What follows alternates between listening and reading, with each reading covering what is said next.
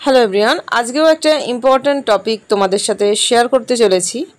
কেন ত্রয়োদশ ও চতুর্দশ শতাব্দী বাংলা সাহিত্যের অন্ধকার যুগ, একদম সহজ সরলভাবেই তোমাদের সাথে আলোচনা করব। তো ভিডিওটাকে কেউ স্কিপ না করে দেখতে থাকো। দেখো, বাংলা সাহিত্যের ইতিহাসে ত্রয়োদশ ও চতুর্দশ শতাব্দীকে সাধারণভাবে অন্ধকার যুগ বলা হয়।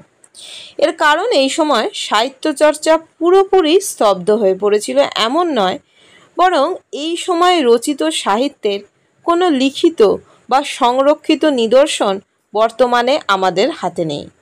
ফলে সাহিত্যিক দিক থেকে এই 2 শতাব্দী আমাদের কাছে প্রায় অজ্ঞাত বা অন্ধকারাচ্ছন্ন।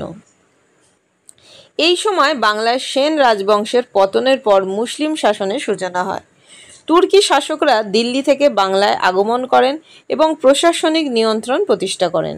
ফলে সংস্কৃত, যা পাল ও সেন যুগে প্রধান সাহিত্য ভাষা ছিল, তা গুরুত্ব হারাতে থাকে। অন্যদিকে বাংলা ভাষার উপর তখনও শাসক শ্রেণীর কোনো নির্ভরতা বা আনুগত্য ছিল না। তারা ফার্সি ও আরবি ভাষাকে গুরুত্ব দিতেন, যা প্রশাসনিক ও সাহিত্যিক কাজকর্মে ব্যবহৃত হতো। এর ফলে কি হতো দেখো, ফলে বাংলা ভাষা চর্চা পিছিয়ে পড়ে। তাহলে আমরা বুঝতে পারছি এই সময় সাহিত্য কর্মের কিন্তু অভাব ছিল। এই যুগে বাংলার সমাজ ও সংস্কৃতি ব্যাপক পরিবর্তনের মধ্য দিয়ে যাচ্ছিল।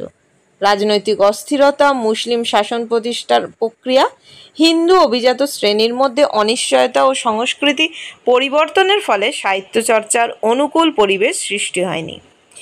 যে সাহিত্য তখন রচিত হতে পারত তা হয়তো হয়েছিল, কিন্তু তা লিপিবদ্ধ হয়নি বা সংরক্ষিত হয়নি, কারণ তখন পুঁথি সংরক্ষণের কোনো দৃঢ় ব্যবস্থা ছিল না।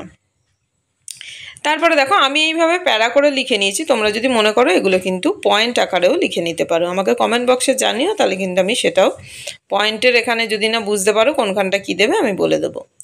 তবে এমনটি ভাবার কারণ নেই যে এই 2 শতাব্দীতে বাংলা ভাষায় কোনো সাহিত্যই রচিত হয়নি।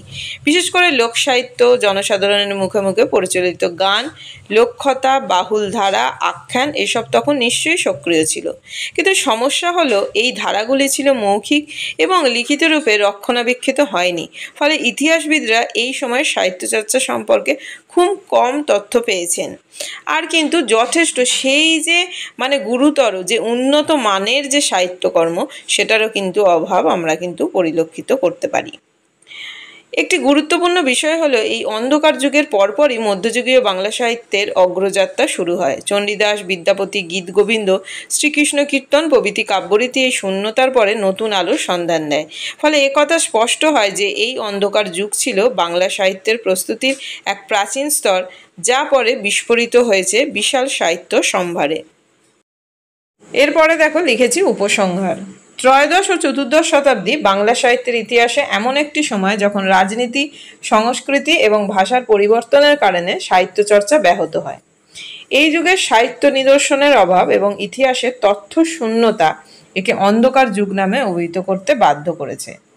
তবে এটি একটি আপেক্ষিক ধারণা। ভবিষ্যতে যদি এই যুগে সাহিত্য সংক্রান্ত কোনো নতুন পুঁথি বা নিদর্শন আবিষ্কৃত হয়, তাহলে হয়তো অন্ধকার শব্দটির পুনর্মূল্যায়ন ঘটবে। আজকে ভিডিওটা এখানেই শেষ করলাম। নেক্সট কথা হবে তোমাদের সাথে অন্য কোনো টপিক নিয়ে। Thanks for watching. সবাই খুব ভালো থেকো, সুস্থ থেকো, টাটা।